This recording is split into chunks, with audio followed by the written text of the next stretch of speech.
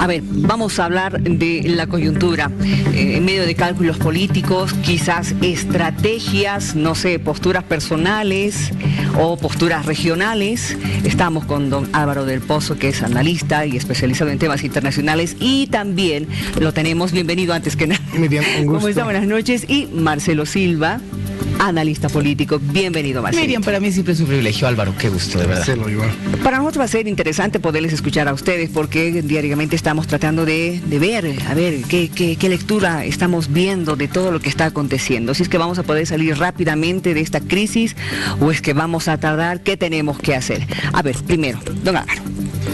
Bueno, yo creo que si el planteamiento tuyo es vamos a salir pronto, mi respuesta rápida sería no veo esa posibilidad en un inmediato plazo. Creo que todavía se están posicionando algunas estrategias, recién quizás se están reinventando otras, porque habrá que decir de alguna manera que parecería que el gobierno ha perdido de alguna manera la iniciativa política, ¿verdad? Y que ha pasado a las calles por un lado, a los movimientos cívicos por otro. Y eso está generando acción-reacción.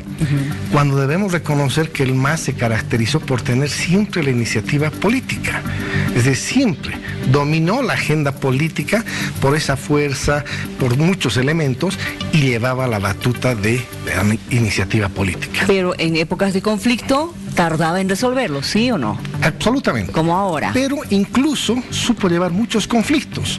Hoy en día parecería que estas fotografías que estamos viendo todos los días no estaban en el cálculo ni siquiera de los más asiduos analistas políticos al interior del gobierno. No han mirado esta posibilidad. Y por lo tanto es acción-reacción. En ese contexto creería que los que hoy tienen la iniciativa política están un poco mejor preparados en cuanto a una estrategia. Seguramente Marcelo nos va a dar más luces sobre esas estrategias políticas, pero creo yo, un poco para resumir tu pregunta, no veo una solución lamentablemente de efecto inmediato, veo más bien más problemas, más daño, quizá más luto, que es lo que menos deseamos los bolivianos, porque no veo ningún acercamiento, ningún puente que se haya construido en estos días, ninguna mano que haya sido abierta para iniciar un diálogo. Por lo tanto, eso me lleva a pensar que una solución a este conflicto no la vamos a ver todavía en lo que se llama pronto. Ay, qué terrible ese panorama, porque realmente estamos escuchando prácticamente lo mismo durante toda la semana, pero peor desde lo que ocurrió ayer. Marcelo, ¿tú qué opinas? Sí, Miriam, el tema es todavía, estamos en un momento de pulseta, ¿no? De tensionamiento, pero muy peligroso. A ver, primer elemento básico, estamos ante un conflicto que no se había dado antes en el país en esta forma, ¿no? Es un conflicto multiespacial, ¿no? Todas las movilizaciones sociales de otrora se concentraban en un lugar, básicamente en La Paz, ¿no? O en los alrededores de La Paz. Trataban de potenciar toda la estructura de esa movilización, pero hoy no. Para comenzar, hay una lógica multiespacial. Tienes el conflicto en Santa Cruz, se va apagando en Santa Cruz, de repente te explota en Trinidad, en Potosí, en Sucre, vuelves a reactivarlo en La Paz, te pasa a Oruro, de repente Trinidad, Tarija. Es decir, aquí hay una estrategia muy interesante, ¿no? De no concentrar el desgaste inicial, la pulseta inicial, en un solo lugar. Estamos lejos de la época, ¿verdad?, de las famosas marchas a La Paz. Probablemente las tengamos, las vamos a tener que tener en las próximas semanas, en los próximos días, pero el conflicto no se inicia en una concentración, se inicia en una especie de guerra de guerrillas, ¿no? Es decir, multiespacial, primer elemento. Segundo elemento, es multitudinario, ¿no? Es multiespacial, pero a la vez es multitudinario, ¿no? Hay gran participación de la sociedad. Se han establecido los mecanismos necesarios para que la sociedad participe. A eso se le llama en ciencia política la disponibilidad social o la ofrecibilidad que existe. La gente está saliendo a las calles, la gente está bloqueando, la gente está levantando las banderas. En algunos casos incluso la gente le está teniendo miedo al enfrentamiento, ¿no? Y el tercer elemento que me parece completamente distinto es el hecho de que tienes varias cabezas en el conflicto, no tienes una, ¿no? Que eso te hace todavía más complejo para el gobierno, en este caso, que es el otro actor, ¿no?, poderlo aplacar. Ya tienes el problema de lo multiespacial y ahora tienes varios liderazgos, pero además de diferentes características, ¿no? Tienes el liderazgo cívico, tienes el liderazgo ciudadano, tienes un liderazgo racional, ¿no? Por ejemplo, o el CONADE, tienes un liderazgo ético, etcétera. Tienes un liderazgo radical, ¿no?, como la presidencia del Comité Cívico de Santa Cruz, y no solo el de Santa Cruz, Pumari también es bastante radical, y estás guardando ahí en la retaguardia al liderazgo político, que probablemente sea, ¿verdad?, el que te haga la llave de la negociación, en última instancia. A ver, háblame un poco más de eso del liderazgo político, porque pensábamos que determinados actores políticos ya estaban, es decir, los que han participado en las elecciones, que formarían parte de ese liderazgo político. Hay el riesgo, Miriam, que cuando las radicalidades se imponen, ¿no?, en un conflicto, automáticamente esas radicalidades en el momento de la pacificación quedan fuera de toda posibilidad de negociación, ¿no? Entonces sí, eso generalmente sucede. O sea, llegas al punto de tensionar tanto que las radicalidades de un lado y del otro quedan fuera de acción y tienen que venir otros actores a poder negociar una salida pacífica, institucional, etcétera, ¿no? Y es muy probable que ahí, por ejemplo, a los que tenemos archivados ahí como liderazgo político, que parecen hoy día desplazados, ¿no?, y que tácitamente, entre comillas, se los ha desplazado, es decir, es un movimiento cívico, es un movimiento ciudadano, aquí ningún político, ¿no?, te sean útiles en el momento de la negociación política. Es decir, si hay una salida institucional democrática, sean ellos los que articulen los puentes, etcétera, etcétera, si estamos hablando de un nuevo proceso electoral, etcétera, etcétera, ¿no? Ahora, si te das cuenta, esto está absolutamente muy bien planificado, es decir, está funcionando. Y está funcionando ante las respuestas obvias que iba a dar el otro lado. Si tú te das cuenta, la primera apuesta del movimiento al socialismo cuando surge el conflicto es: se van a desgastar. Incluso lo declarar, ¿verdad? De Santa Cruz no va a estar 72 horas aguantando un paro, es imposible. Ellos mismos se van a desgastar. Primera hipótesis negada. Y llevamos más de 15 días. 15 días y el conflicto no tiende a bajar, si te has dado cuenta, más bien tiende a subir, es decir, no se han puesto todavía todas las cartas más importantes en el tema del conflicto, ¿no? El primer elemento, ¿no? La segunda estrategia fue, vamos a disuadir, ya que esto nos está desgastando, sacando a nuestra gente, ¿no? Es decir, que vayan y defiendan, que vean que el presidente no está solo, que hay gente que lo defiende y demás. Y esto yo creo que en un principio fue con la lógica de disuadir, ¿no? De decir, cuidado, van a salir a las calles, los van a desbloquear, van a hacer esto, van a hacer el otro. Esa estrategia también está fracasando, porque si te das cuenta, lo único que se está logrando con eso, y desgraciadamente es así, es el enfrentamiento. Es decir, la gente no está con temor, no ha perdido el miedo, ¿no? Esa es la segunda estrategia.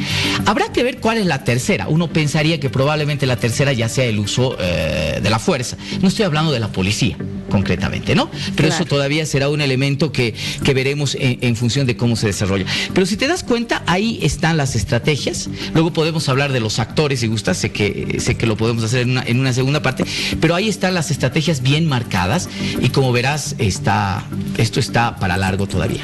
¿Qué pasa con los actores? A ver. Subrayar un poco, darle también otra línea, cuando hablamos de estos liderazgos, sí, ¿verdad? De alguna manera la aparición de estos nuevos liderazgos le han dado mayor complejidad al problema. Es decir, si nosotros hacemos un análisis de estos liderazgos, que están los emergentes y los que de alguna manera responden a una legalidad. Hemos tenido el 20 de octubre unas elecciones, ha habido candidatos de los cuales hay un presidente en ejercicio, el presidente Morales, Carlos Mesa, que es los dos más importantes de ese proceso electoral, que cuentan con legitimidad y legalidad en cuanto a las elecciones del 20 de octubre. Aparecen unos actores que van construyendo legitimidad en las calles, que es obviamente los movimientos cívicos de todo el país. Es decir, esa guerra de guerrillas que hace referencia a Marcelo, me imagino también implica eso, la aparición de esos liderazgos de la Universidad de la UNSA, en Potosí el Comité Cívico, en Santa Cruz lo propio, etcétera, el Beni, Pando, ayer ha vuelto a emerger conflictos en Pando.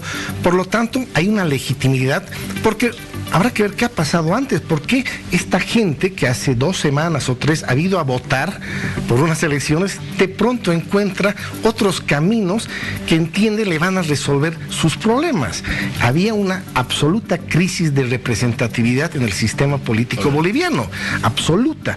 Por lo tanto, eso estamos viendo y eso le da una complejidad muy, por un lado, que podríamos decir, es bueno que los políticos vean qué está pidiendo la sociedad, pero también pueden ser elementos distorsionadores de una pacificación, porque entre estos actores, no voy a mencionar a uno en particular, porque no tendría los elementos para hacerlo, pero pueden surgir unos discursos muy provocativos, muy agresivos, que vean en la violencia como el único mecanismo para generar, obviamente, luto en las familias bolivianas, pero que no tengan un proyecto de largo alcance.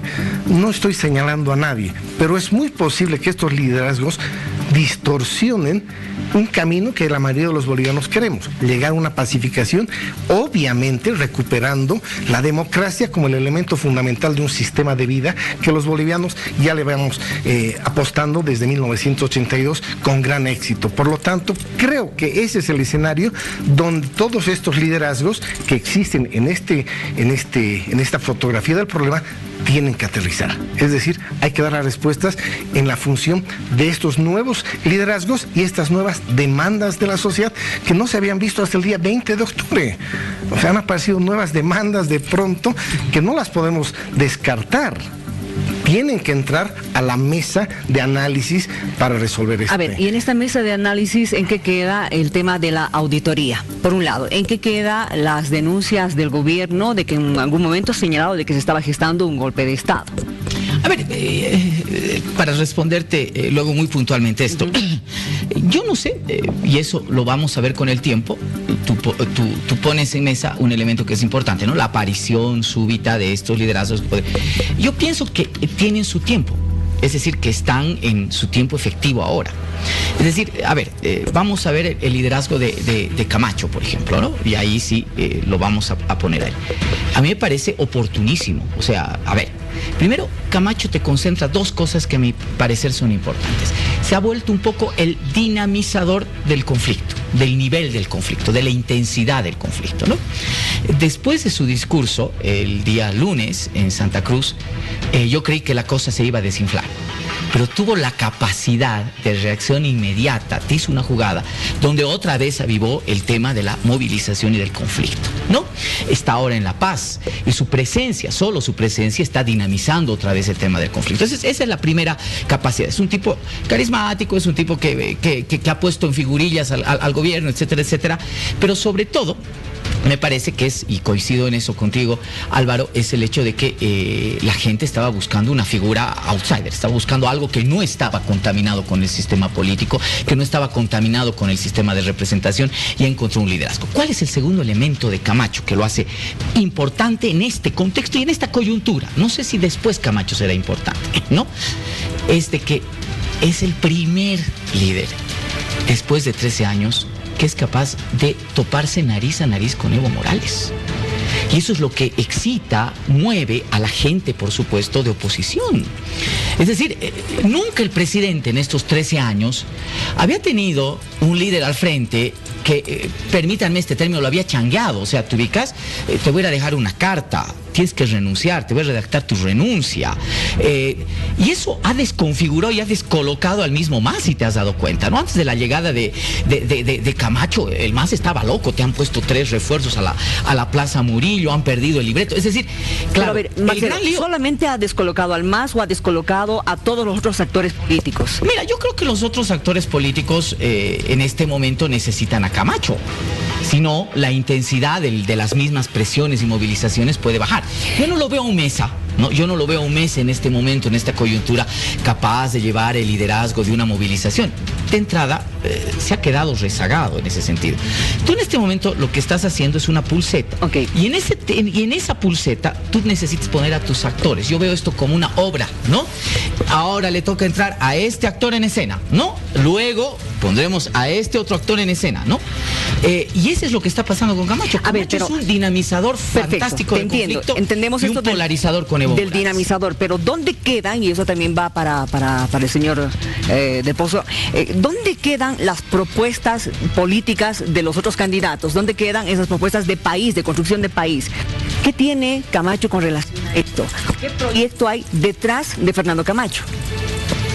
Bueno, un poco, y para contestar tu pregunta, Miriam, a ver, y me voy a hacer referencia a una de las partes de la exposición de Marcelo. Cuando él dice es el único líder que se ha puesto nariz con nariz, ojo, a ver, yo te planteo, todos pensábamos que de alguna manera que la oposición se iba a polarizar, etcétera. Llegan unos resultados de las elecciones y vemos un candidato de Comunidad Ciudadana que tiene una cercanía bastante importante, que también sorprendió a propios y extraños. ¿Qué nos quiere decir eso, a mi entender? Que hay una sociedad que ya estaba de alguna manera cansada con un liderazgo desde el oficialismo, ¿verdad? Voto útil, puso un candidato nariz con nariz, pero en un escenario legal de elecciones. Craso y fatal error del Tribunal Supremo Electoral de cometer, obviamente, esas 23 horas de oscuridad total que han generado una seguidilla de estos elementos. ¿Qué proyecto tiene de Estado, me decías, Camacho? Yo creo que en el momento no podemos ver, no se ve. Es un dirigente que las calles lo han llevado a un momento de tanta efervescencia que no le ha dado tiempo para tener un proyecto de país, ni para ser un posible candidato si mañana se resuelve anular las elecciones. No tiene un proyecto, pero creo, igual coincido con Marcelo, que es un líder que ha puesto en la mesa un elemento fundamental, una sociedad civil movilizada que te está clamando cambio. Eso es un elemento que no lo podemos descartar. Por lo tanto, el proyecto de país, si es que el señor Camacho desea ser candidato el día de mañana, seguramente lo que tendrá es trabajar. Hoy creo que él tiene como una estrategia o un objetivo muy inmediato, es la salida del presidente Evo Morales, termine sus funciones como sea. Es decir, coincido que hay una estrategia, no sé si acompañada de una suerte, lo de la carta, parecía que el Cabildo... ¿Tú no lo ves como aliado de Óscar Ortiz, por ejemplo, que ya tiene esa estructura? No, ya tiene esa estrategia. Yo no lo veo porque él estaría, creo que los mensajes que nos está dando, rompo con la clase política. Yo soy puro, yo represento a la ciudadanía y no queremos hablar con el sistema político tradicional, que incluye al señor Carlos Mesa, al señor Ortiz, al señor Chi y a todos los que tienen todavía su sigla. Por lo tanto, también puede ser su fortaleza, porque la gente está diciendo, estamos cansados de los políticos de siempre, queremos algo nuevo, y ahí Marcelo tiene razón, es algo que surge de manera absolutamente espontánea. Por lo tanto, sería, creo, desde la mirada de estos movimientos cívicos, creo que hoy día ha sido el mensaje muy claro, no con los partidos políticos. Eso ya nos está mostrando un rumbo. Claro, hoy, no creo que Camacho tendría la obligación de tener un proyecto de país. Es decir, vuelvo a esta hipótesis, es decir, tú pones a los actores según lo que te conviene en coyuntura. En este momento, la política está en las calles, Álvaro, y no puedes, en un momento de pulseta, de presión, poner a un político en las calles porque lo va a arruinar. Es decir, no es el liderazgo y no es la conducción que tú necesitas, ¿no? En este momento necesitas a alguien que te pueda conducir a la sociedad civil, a las masas, que pueda tener un discurso que sintonice en ese momento con la pretensión, con la gente que está bloqueando, con la gente que está con esta disponibilidad y ofrecibilidad. Y Camacho es esa persona, no solo Camacho, Pumari es esa persona, es decir, son esas personas. Yo creo, insisto una vez más, que no le podemos exigir a Camacho en este momento, y no sabemos si quisiera, por ahí no quiere ser político, por ahí siendo presidente del Comité Pro Santa Cruz, ahora, va a tener mucha más fuerza. No te olvides que el país es corporativo, y la instancia del Comité Cívico Pro Santa Cruz es mucho más poderosa en algunos casos que la misma gobernación, etcétera. Por ahí quiere. Pero si quisiera, Marcelo, si quisiera, digamos, a ver, tiene en la intención sí de presentarse a las elecciones, ¿a quiénes representaría realmente el señor Camacho? ¿Representaría La Paz? ¿Qué pasa con la paz? ¿Qué representación llegaría a tener la paz? ¿En quién, por ejemplo? ¿Señor Félix Pazzi, por ejemplo? Mira, ¿qué otro candidato? ¿El señor Carlos Mesa? Lo que yo pienso es algo bien interesante. Ahí está, dentro de este movimiento está Albarracín. Claro. El señor Albarracín. Ahí tienes. Es decir, por eso te decía, esta es una estrategia muy interesante, muy novedosa, muy digna del estudio. Es multiespacial. Es multiespacial. No es como antes. No es puntual. Antes, claro. Antes tú concentrabas el conflicto en la paz. Yo creo que lo vas a tener que concentrar en algún momento, ¿no? Como alguien decía, Dios está en todas partes, pero en temas políticos atiende en la paz, ¿no? O sea, algún momento vas a tener que concentrar esto, aunque puede tardar ese tema, ¿no? Ya hay amenazas de que van a venir, van a movilizarse hacia la paz. Pero en este momento te está funcionando que sea multiespacial. O sea, ya no tienes una lógica, ¿no?, de un liderazgo emergente y único y demás. No. Tú en este momento tienes eso. Tienes en La Paz Albarracín, tienes en Potosí Pumari, tienes en Santa Cruz a Camacho, tienes en el Beni a un muchacho, no me acuerdo el apellido, pero de 24 años, que es presidente del comité cívico y que te mueve exactamente lo mismo. Es decir, tienes esta lógica que en este momento es la que te provoca que la gente esté en las calles. Cuando la gente ya no tenga que estar en las calles, cuando tenga que venir la solución, ¿no? Yo vuelvo a insistir en esto. Los radicales de ambos lados van a tener que salir, porque los que generalmente, y es parte de la historia del país, los que van a encontrar la solución ahí son los otros tipos de liderazgo, ¿no? Esos otros tipos de liderazgo son los políticos. Lo que Álvaro está diciendo, y lo dijo al principio, hay una votación, puede haber otro proceso electoral, habrá partidos políticos que van a participar en esa nueva elección si es que hubiese, etcétera. No sé si me dejo entender. Ahí ya cambia la figura. Ya tienes otros actores a los cuales tienes que poner en escena, ¿no? No podías poner a un Camacho en un proceso electoral. A Mesa lo pones ahí y al final Santa Cruz es la que decanta y dice, señores, este va a ser el voto útil, porque es un proceso electoral. Pero ahora no lo puedes poner a Mesa en las calles, lo tienes que poner a Camacho, lo tienes que poner a Pumari. Es cuestión de ver la coyuntura. Ahora, obviamente, si se llega a dar este asunto de las nuevas elecciones, que es lo que están pidiendo prácticamente la mayoría de los líderes cívicos, también algunos políticos, tiene que haber con un nuevo tribunal electoral. Tiene que ser. Eso tiene que pasar. Tiene que ser. O sí.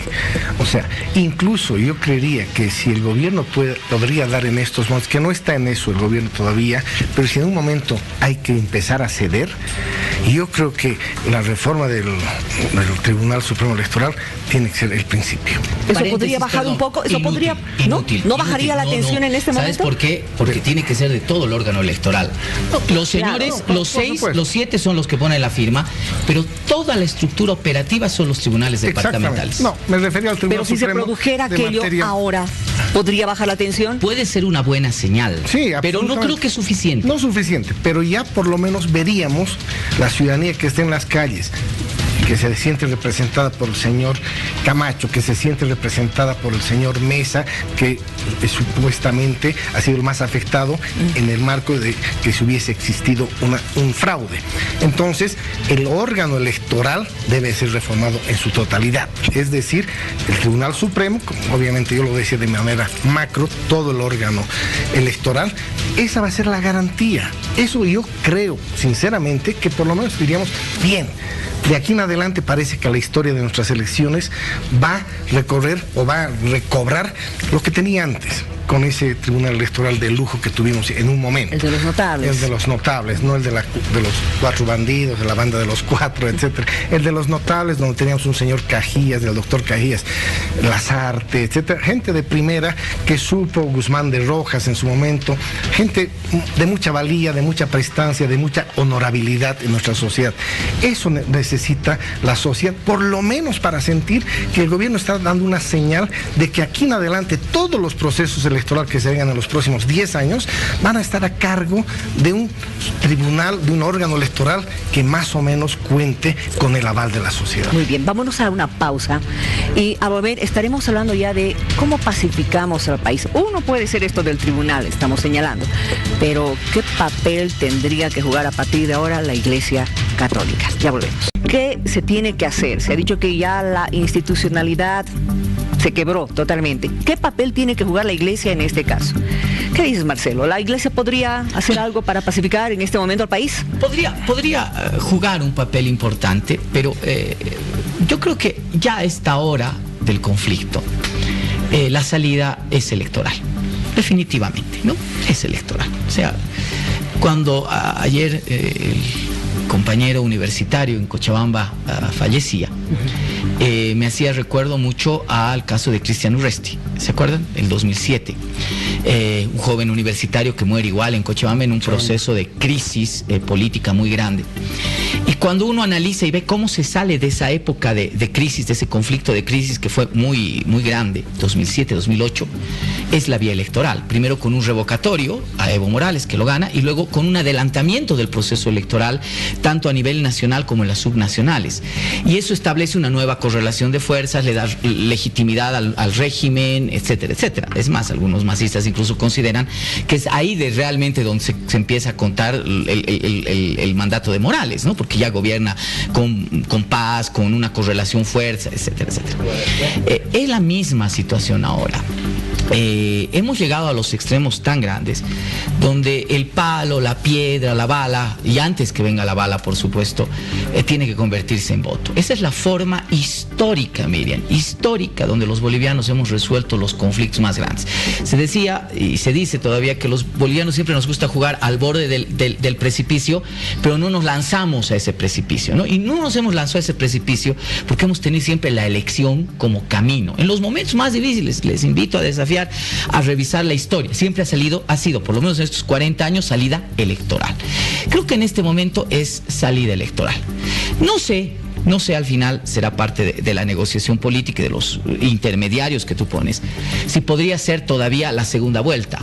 No lo sé, probablemente sea la más conveniente para el MAS en este momento, ¿no? Si es que la presión y el conflicto llegara a tener ¿Tú crees que no para Comunidad Ciudadana? Yo creo primero que si vas a una segunda vuelta, tienes una correlación de fuerzas establecida en el Parlamento, que está con mayoría absoluta, ¿no? Y que tienes además mucha cercanía a los 2/3. Entonces, ahí tienes la posibilidad de que, aunque en el peor de los escenarios perdieses una segunda vuelta, tienes el control por lo menos de un espacio político importante, ¿no? Y puedes hacer la vida imposible a quien sea presidente, o ese presidente te está obligado a pactar contigo, ¿no? Pero otra vía puede ser, y yo creo que es la que están pidiendo todos, en este caso ya los movilizados, es la nulidad de las elecciones y entrar a otro proceso electoral. Es más complejo porque ahí sí tienes que discutir varias cosas paralelas. No solo la conformación de un nuevo órgano electoral, sino los tiempos. Y cuando ya ves los tiempos, ya tienes ahí elementos importantes como, por ejemplo, la finalización de un mandato constitucional, tendrías que hablar de transición, etcétera, etcétera, ¿no? ¿Y en esas nuevas elecciones estaría Evo Morales o ya no? Es parte, eso sería parte de la negociación. Yo creo que en este momento, mira, Miriam, hace 2 semanas el conflicto se hubiese resuelto con auditoría. Hace menos de 2 semanas, un día menos, se hubiese resuelto con segunda vuelta. El conflicto hoy se puede resolver con el tema de nulidad de las elecciones. El gran problema cuando tienes un conflicto de esta naturaleza es de que las demandas y los discursos mutan rápidamente, ¿no? Cuidado que la próxima semana la nulidad de las elecciones ya no sea tan importante y sea el sentido único de la movilización. Por ahí ya se va a utilizar a coro la renuncia del presidente, que ya la ha puesto en mesa además el señor Camacho. En ese sentido tú tienes que medir muy bien. Yo creo que ahí la gente del MAS tiene que tener una lectura de coyuntura y tendrá que hacer un análisis estratégico, ¿no? En el sentido de decir, bueno, mira, ¿para qué vamos a hacer tanto esfuerzo? ¿Para qué vamos a llevar al país al borde del abismo cuando podemos en este momento convocar a todos los actores cívicos, actores políticos y demás, y empezar a vislumbrar la posibilidad de una salida electoral? Tal vez una salida electoral que incluso pueda convenir al MAS. Ya son 18 días de conflicto. Sí. Y como dice, los discursos cambian cada día. Sí, se nos vienen muchos más, lamentablemente, Miriam. Y retomando un poco la mediación de la Iglesia. En cualquier escenario de mediación se necesita el beneplácito de las partes. El gobierno, comunidad ciudadana, me imagino que también los cívicos tendrán que aceptar la mediación, y ahí veo dificultades porque la Iglesia en los últimos 13 años de este proceso ya no ha tenido ese rol realmente en la que pueda generar cierta confianza desde el gobierno. Seguramente el señor Carlos Mesa estaría de acuerdo, seguramente el señor Camacho sí, pero legítimamente quizá el gobierno diga no, la Iglesia ha tenido una conducta hacia mi gobierno adversa. Y ha escuchado pero que necesitan ayuda internacional para resolver este problema. Esa mediación, por lo tanto, no hay que cerrarla solo a la Iglesia. Una mediación internacional también podría ser y nos generaría de alguna manera mayor tranquilidad o neutralidad que se requiere de un mediador, la neutralidad absoluta. Por lo tanto, ese es un escenario también posible. Cuando Marcelo dice que la resolución de este conflicto va por lo electoral, tiene razón en sentido de que es otra vez pasarle al ciudadano el pacto qué pacto queremos para vivir los próximos 5 años, pero creo que es uno de los elementos más difíciles. Hoy la segunda vuelta, producto de un supuesto fraude, ya no tiene sentido. Ha perdido la posibilidad al día siguiente que pasó lo que pasó con el conteo de los votos. Por lo tanto, la segunda vuelta yo ya la veo complicada, que las partes estén dispuestas a subirse a ese escenario. Unas nuevas elecciones. Si bien Marcelo habla de los tiempos electorales, creo que más bien la voluntad política puede permitir que esos tiempos pues se superen, sean manejados políticamente, pero yo vuelvo a insistir, ningún proceso electoral va a resolver este problema si no cambiamos el origen del problema, que es el Tribunal Supremo Electoral o el órgano electoral que tiene la función de administrar todas las elecciones en este país. ¿Le vamos a volver a dar la confianza a ese órgano electoral? Por supuesto que no. ¿Cuál de las partes en conflicto va a aceptar que este órgano administre una vez más las elecciones? Ninguno, porque ya lo han expresado. Por supuesto. Entonces, ahí es donde veo ciertas dificultades de que la solución sea electoral. Bien. Conclusiones. Bueno, a ver, una vez más, llamar a la pacificación del país. Yo insisto, la salida ahora, en este momento, es electoral. Se puede pacificar al país si todos los actores involucrados en el conflicto se sientan en la mesa y deciden resolver el problema, devolverle a la ciudadanía, quitarle las piedras, los palos, ¿no? Y decir, señores, aquí tienen el instrumento más poderoso. Y ese instrumento poderoso es: vuelvan a votar, vuelvan a las urnas. Creo que esa es la solución. Por supuesto, ahí es muy difícil creer, primero una parte, por eso cuando se hacían los análisis del 21 de febrero, recuerdo bien hace un par de años, yo decía, cuidadito con esta decisión, porque el régimen que desecha la posibilidad del voto como expresión definitiva se está dando un balazo en los pies, porque luego puede necesitarlo con urgencia, ¿no? Y yo creo que el tema es recuperar la legitimidad y la credibilidad en el voto, en los procesos electorales, como la salida fundamental de los conflictos que podamos tener. Ahora, Álvaro tiene razón, esto obviamente sería una locura hacerlo con el mismo tribunal, hay que cambiar ese tribunal. Y yo creo que una buena señal, una señal inicial, no creo que sea suficiente, pero es una señal inicial, decir, señores, renuncien, han hecho un papelón, ¿no? Probablemente hasta incluso han incurrido en delitos, así que váyanse antes que los echemos de la manera más oprobiosa, ¿no? Yo creo que eso podría dar un espacio, por lo menos, a dar una buena señal, señores, dejamos abierta la posibilidad electoral como una salida a este conflicto que puede ir en crecimiento. Yo, como conclusión, no quiero ver ningún joven de 20 años asesinado. No quiero ver otra alcaldesa arrastrada y humillada como hemos visto. Yo, como boliviano, no quiero ver eso. Y lo único que hace eso es exacerbar a la sociedad, de un lado y del otro. Es hora de que el gobierno recupere el liderazgo político, de la iniciativa política, y convoque a la paz de manera efectiva. De nada sirve que el presidente Morales diga, busquemos la paz, y tengamos un ministro diciendo que mañana vamos a tener 12 muertos, o esto es Vietnam, o etcétera. No puede haber, hay un doble discurso que confunde a la ciudadanía. Por lo tanto, la primera responsabilidad del gobierno es tomar la batuta de este problema y tratar de darle la solución. El gobierno es el único responsable de llamar los actores. Decir, señor Carlos Mesa, señor X, Y, Z, nos sentaremos. Aunque no salga nada de esa mesa en definitiva, solo el hecho de convocarlos puede pacificar los ánimos de una sociedad que está ahora llevada por la venganza, por la rabia, por la rebeldía de ver que los políticos no responden a estas demandas. Por lo tanto, mi conclusión es, ojalá los bolivianos no veamos estas dos fotografías que han marcado el día de ayer, uno de los días más nefastos de nuestra democracia. Gracias por haber venido, lo mismo a ti, a ustedes, obviamente, por escuchar. Realmente ellos están analizando cada día, sorprendiéndose de lo que pasa, pero esto es obviamente por el bienestar de nuestro país.